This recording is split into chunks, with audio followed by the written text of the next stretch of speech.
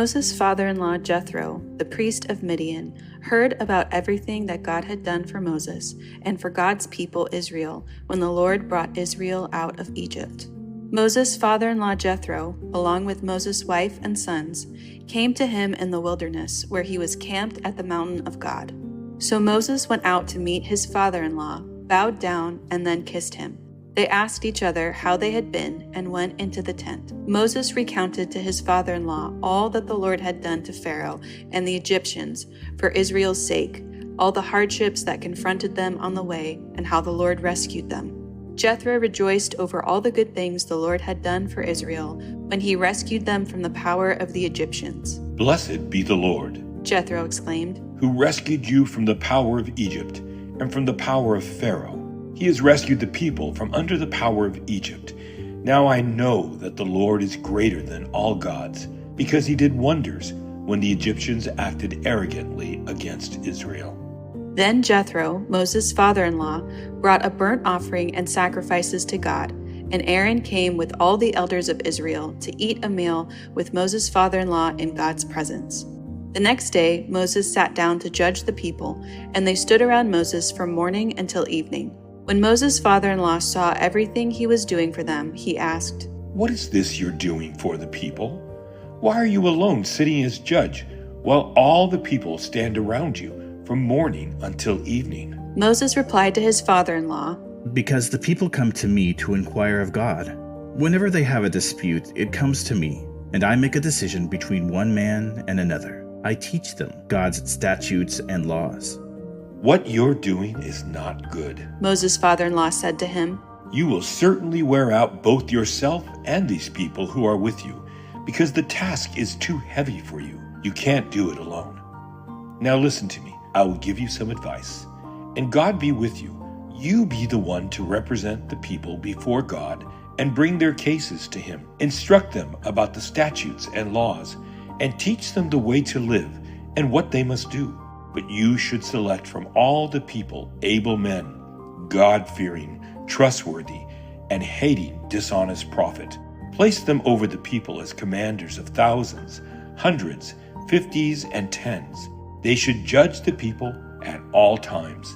Then they can bring you every major case, but judge every minor case themselves. In this way, you will lighten your load, and they will bear it with you. If you do this, and God so directs you, you will be able to endure, and also all these people will be able to go home satisfied." This is the word of the Lord. Thanks be to God. Thanks be to God. Good morning, Red Hills Church. It is a joy to be with you this morning.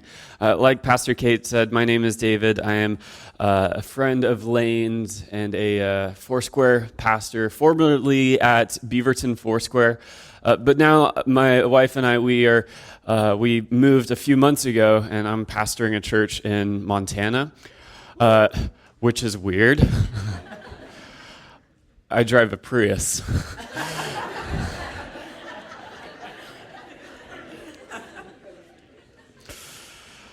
I'm thrilled to be jumping in with you guys this morning in this teaching series in the book of Exodus.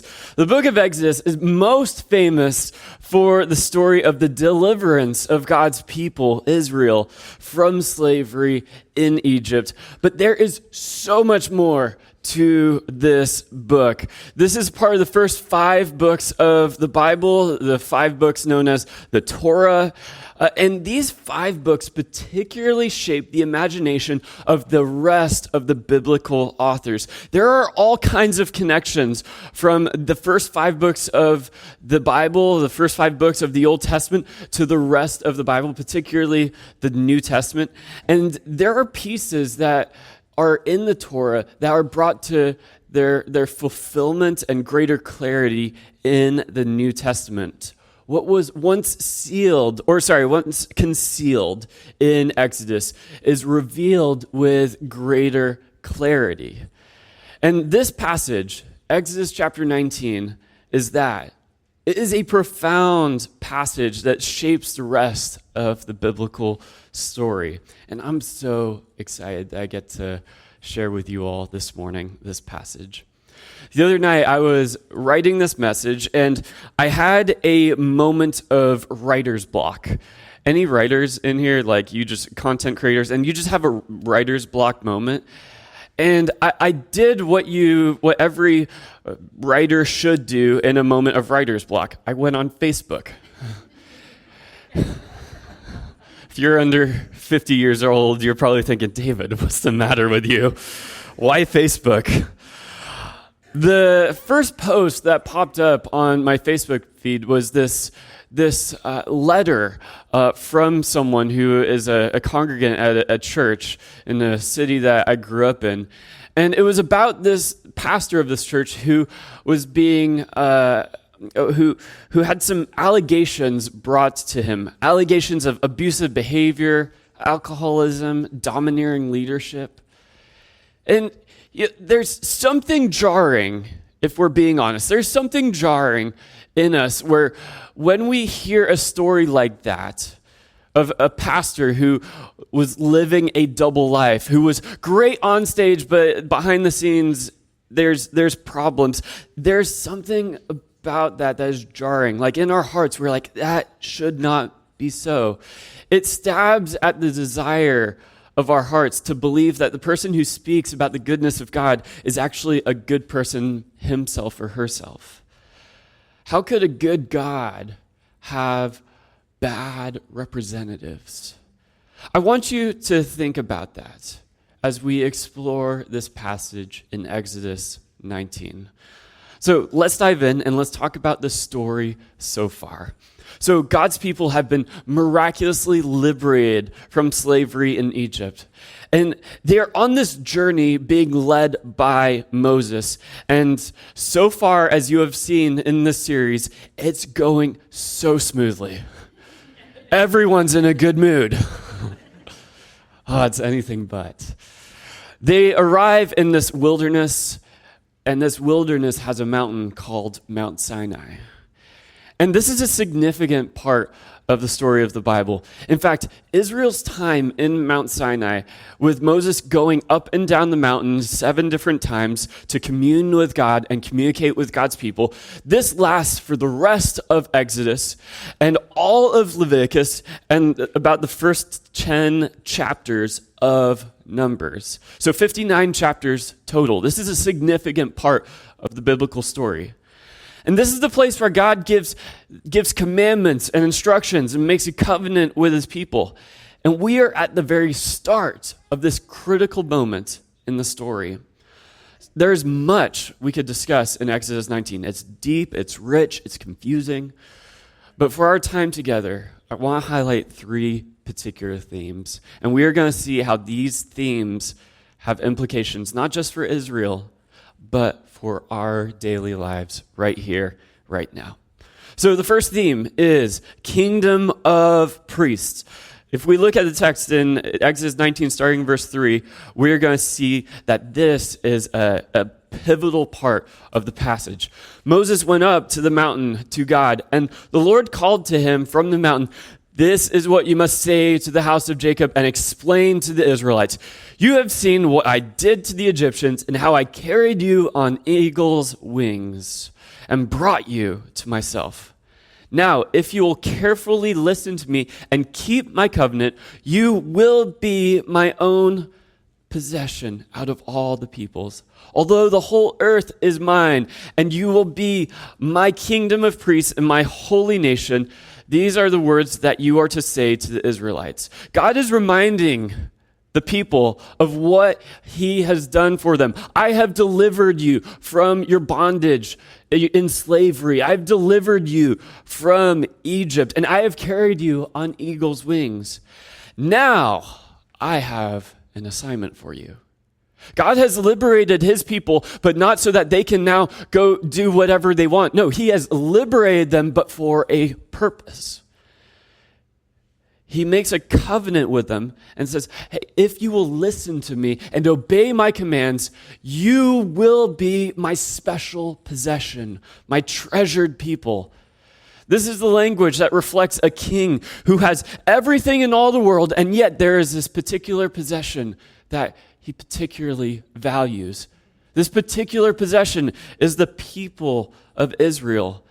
But they are his special possession, not so that they can leverage their position as a special possession for their own selfish purposes. No, it's for a purpose, for the blessing of all of the nations, that they are God's chosen people, his special possession.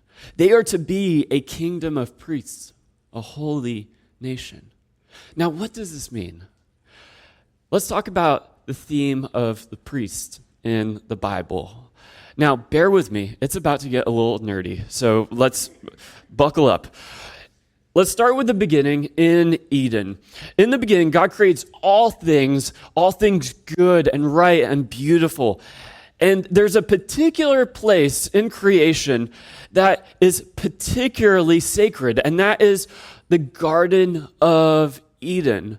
Now, we as modern Western thinkers, when we approach the creation story, we come with a set of questions, a particular set of questions.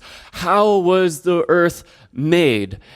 But the ancient writers would have seen this text, the story of God creating all things, Genesis chapter 1, chapter 2, and they would have seen this for what it really is. They would have had different questions, different lens, and they would have seen it for what it really is. Biblical scholars, particularly John Walton, point out that the opening chapters of Genesis are Hebrew poetry about the building of a temple, a dwelling place for God. Only the temple is not a building, it is all of creation. God creates humanity to be priests in his sacred space, in this temple that is the garden. And they are to care for it, to protect its purity from impurity, and to extend the boundaries of this sacred space until the whole world is full of the glory of God. That's why God creates humanity in his image and says, be fruitful and multiply, fill the earth and rule over it. Not rule over it in an abusive way. You know, on this side of Eden, when we hear the word rule, we have all kinds of context because of our broken world of rule as in abusive, power-hungry leadership. But to rule over creation under the greater rule of God meant to lovingly care for creation and bring out the potential in the raw materials of creation using our God-given ingenuity and creativity. Adam and Eve were priests in God's sacred space, the garden.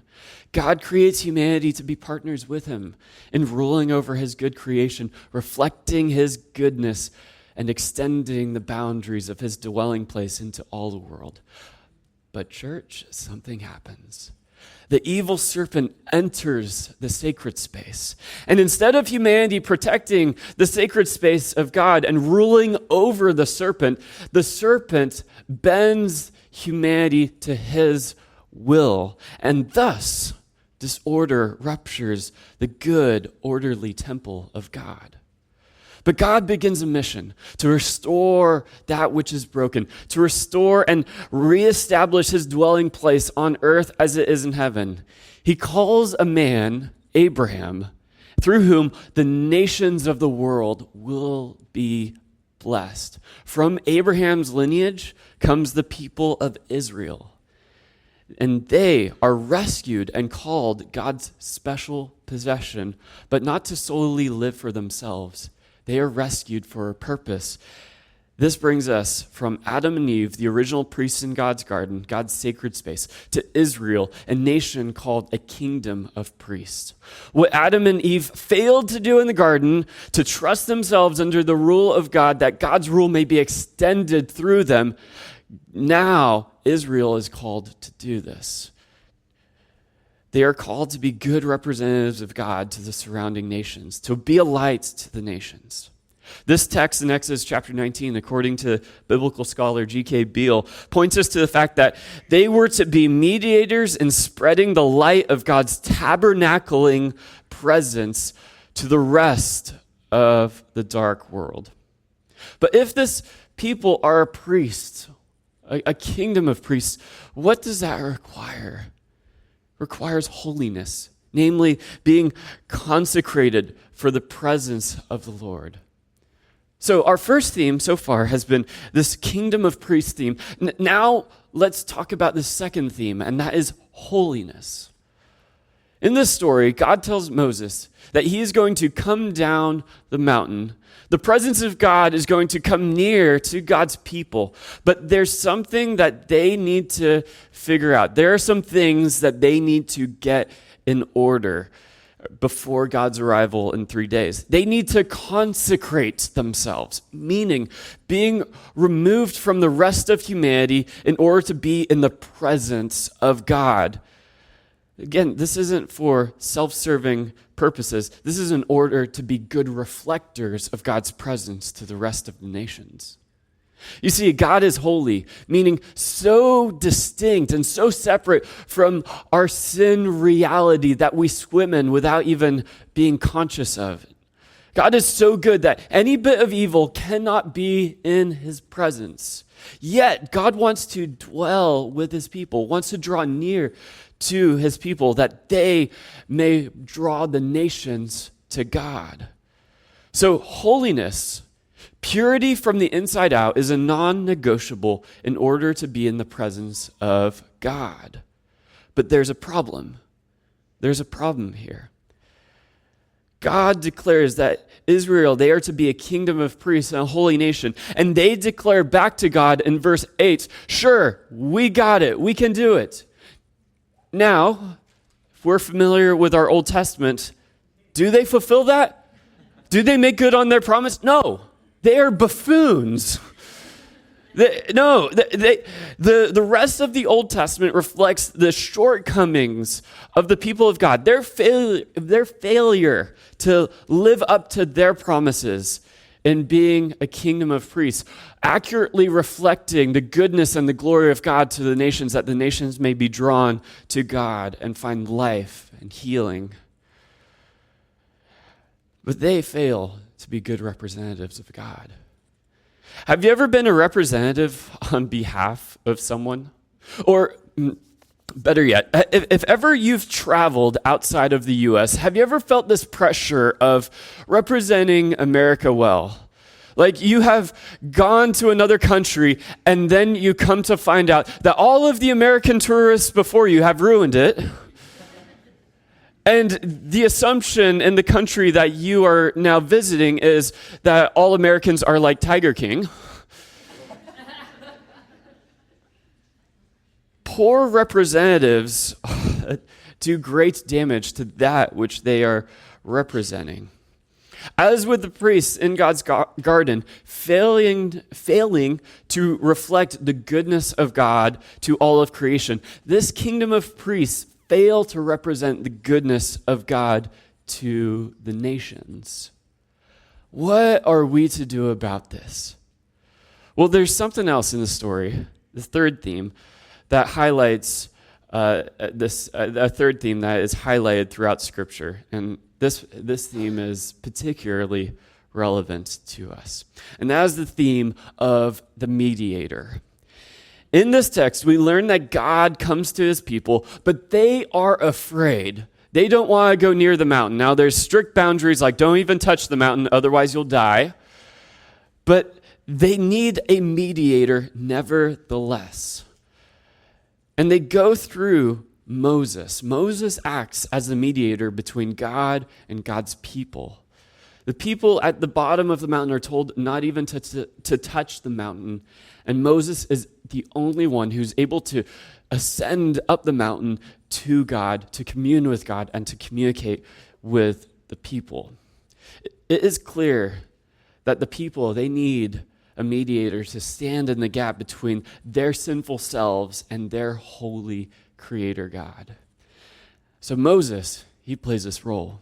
As the people of Israel are to be God's representatives to the nations as a kingdom of priests, so Moses is the mouthpiece of God to the people, a mediator, a priest among this kingdom of priests. But yet there's another problem. Moses is also an imperfect representative. He is an imperfect mediator, and he ends up dying. Who will be the perfect mediator, the perfect one to stand in the gap? Red Hills Church, I have good news for you. If you look at Hebrews chapter 12, verses 18 through 24, we see this. For you have not come to what could be touched, to a blazing fire, to darkness, to gloom and storm, to the blast of a trumpet and the sound of words. Those who heard it, this is actually a callback to Exodus 19, by the way. Those who heard it begged that not another word be spoken to them, for they could not bear what was commanded. Even if an animal touches the mountain, it must be stoned. The appearance was so terrifying that Moses said, I am trembling with fear. So this is a callback to Exodus 19, the rest of the passage, even though we didn't get to the whole passage. But there's a twist in this passage that we're reading. Instead of Mount Sinai, we have come to Mount Zion, which is a biblical way of talking about the fully established presence of God here on earth. So verse 22 of Hebrews 12. Instead, you have come to Mount Zion, the city of the living God, the heavenly Jerusalem, to myriads of angels, to a festive gathering, to the assembly of the firstborn whose names have been written in heaven, to a judge who is God of all, to the spirits of righteous people made perfect, and to Jesus, the mediator of a new covenant, and to the sprinkled blood which says better things than the blood of Abel. How is this made possible, church? It's made possible because of Jesus. He is the mediator of this new covenant, like Moses, only better. This new covenant was made possible because this good, perfectly obedient, holy priest, Jesus, he willingly laid down his life for sinners on the cross. The sprinkling of innocent blood, his own blood, which speaks a better message than Abel's, is calling out for justice and mercy. Jesus is the true great high priest who perfectly reflects the goodness and the glory of God. How does he do this? Because he himself is God. God, in order for God to be perfectly represented to humanity, God needed to become human himself. And God, in Jesus, becomes human. And not only that, instead of leveraging his God status, Jesus empties himself, becomes obedient to the point of death, even death on a cross, as Paul says in Philippians chapter 2. Jesus is the only one who could undo the consequences of sin due to humanity's sin, because he, who is God himself, became human. That the life and the goodness and the glory of God may break through to sinful humanity, to us, and to fill us, that we may experience and have access to the presence of God, and therefore reflect the presence and the goodness of God to those around us. So let's return, church, to this theme of priests. Humans in the garden, they failed in their mission to be priests in the temple that is God's garden. Israel failed to be a kingdom of priests, accurately reflecting the goodness, the light, the glory of God to the nations. And yet Jesus, God's Son, was obedient, unlike the sinful humans in the Garden of Eden, unlike sinful Israel. In fact, he was obedient to the point of death, even death on a cross. He reversed the curse that began in the garden when humanity said, by their actions, God, not your will be done, but our will be done. But Jesus, when he was in a different garden, in the Garden of Gethsemane, when he was facing a different tree, not the tree of knowledge of good and evil, but the cross, he said, not my will be done, but yours be done, thus reversing the curse. Therefore, church, what does this mean for us? For us who submit our life to the reign of Christ, this purpose of being a priest, a kingdom of priests, is opened up afresh to each and every one of us. Look at 1 Peter chapter 2, starting in verse 9. Listen to these words, and you're going to hear some very familiar language here. But you are a chosen race, not race in the sense of ethnicity, but a race of being a people, a particular people. You are a chosen race, a royal priesthood, a holy nation, a people for his own possession, so that you may proclaim the praises of the one who called you out of darkness into his marvelous light. Once you were not a people, but now you are God's people, and you had not received mercy, but now you have received mercy.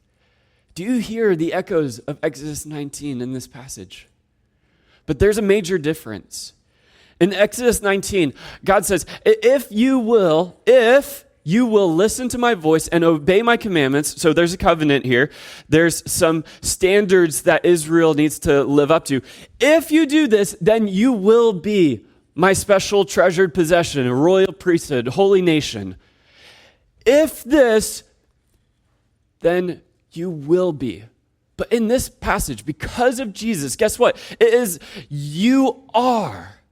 You are a chosen race, a royal priesthood, a holy nation. It is already set. It is not because of anything that you do, anything that you live up to, anything that you do based on your willpower. No, it is because of the mercy and the grace made possible through Jesus that we are now a royal priesthood, a holy nation. This is true about you. This is already true about you. This is who you are. As Israel was enslaved to Egypt, we who were once in bondage to the powers of darkness, in slavery to sin, we have been liberated by the blood of the Lamb, that is Jesus. But we have not been liberated so that we can now do whatever we want. No. Just as Israel was liberated for a purpose, so we have been liberated for a purpose. We are a kingdom of priests representing our great high priest, Jesus. What Adam and Eve failed to do in Eden, what Israel failed to do in the promised land, what Jesus completes, he makes a way for us to live out our true purpose and identity, to be this kingdom of priests. Red Hills, being a priest isn't for the spiritually elite. It is for all those of us who call on the name of Jesus. He saves us, he reconciles us to God and to one another, but he calls us to a new way of life, reflecting the goodness and the glory of God, that others may taste and see his goodness. So I have a question for you, church. Where are you? Where do you find yourself in your daily, weekly life? Is the life of God flowing into you by the Spirit and through you to those around you? Whether you realize it or not, you are a priest. You are a priest in the school you attend, in the store that you work at, in the community that you live in. You are a priest, whether you realize it or not. You are a part of this imperfect, weird community, redeemed by the blood of our great high priest Jesus. And this community, church, has a purpose: to be a community of priests, drawing near to God, to the presence of God, that we may accurately be reflectors of God's presence to those around us. Doing this with our daily, everyday lives that may be normal, but in actuality are teeming with glory because of the Spirit of God animating, dwelling within, and empowering us to live God-reflecting lives. The Gregory of Nyssa, the 4th century Eastern church father and theologian, said this: "What then are we taught through what has been said?" And this is him talking about the life of Moses, his reflections on Moses. What then are we taught through what has been said? To have but one purpose in life, to be called servants of God by virtue of the lives we live. Yes, we will do this imperfectly, representing God to those around us as a community of priests. We will do this imperfectly. But Jesus He is the one who makes us clean and makes possible this identity for us to live into. Last night, I officiated a wedding, and during the wedding, the couple, they exchanged vows, and as they were exchanging vows, it was interesting. They were saying things like, "I vow to put you first and to put your needs above my own," things like that. And I remembered when I stood before a congregation and made those vows before people to my wife. And church, I've not lived up to those vows all the time. I've not always put her needs above my own. I've not always served her first above myself. But before a congregation, I made a vow, and in that moment, my identity changed from being single to being a husband. And now the rest of these years of being together as a couple, I have been learning what it means to live into what is already true about myself. Learning to be the husband I already promised to be and declared before people. This is already true about me. Now I get to learn how to live that out. Church, you are a kingdom of priests, a holy nation. You have an assignment. Now, because that's your identity, because that's already true about you, you get to learn to live that out in your daily life. Before we close, I want to return to the story of the pastor who there was a letter about his immorality and everything on Facebook. And what was interesting was when I read it, I was like, oh, I actually know who that person is. And there was a time where he was a guest speaker at the church that I was growing up in. And we had like a pre-service huddle, kind of like how we do at Red Hills with worship team and speaker and all that. And so there's a prayer time. But I remember being there, being backstage with him and with the worship team. And I remember just feeling like, oh man, there's something off about him. Like he is not overly loving or joy-filled behind the scenes. Once he got on stage, he was dynamite. But behind the scenes, it was a different story. And this was just a reminder to me that this is a call to all of us. That we may reflect outwardly good things. We may mostly reflect good things in our lives. But church, we need to be consecrated. We need to seek holiness from the inside out, whether we are in front of people or whether we are just in our home with our family. Let us be the kind of people who live holy lives inside and out. But this is something that we cannot do on our own strength. We must daily seek after God and His grace that we may not lose our way and misrepresent God to others. So Lord, would you have mercy on us when we fail and empower us for the task at hand.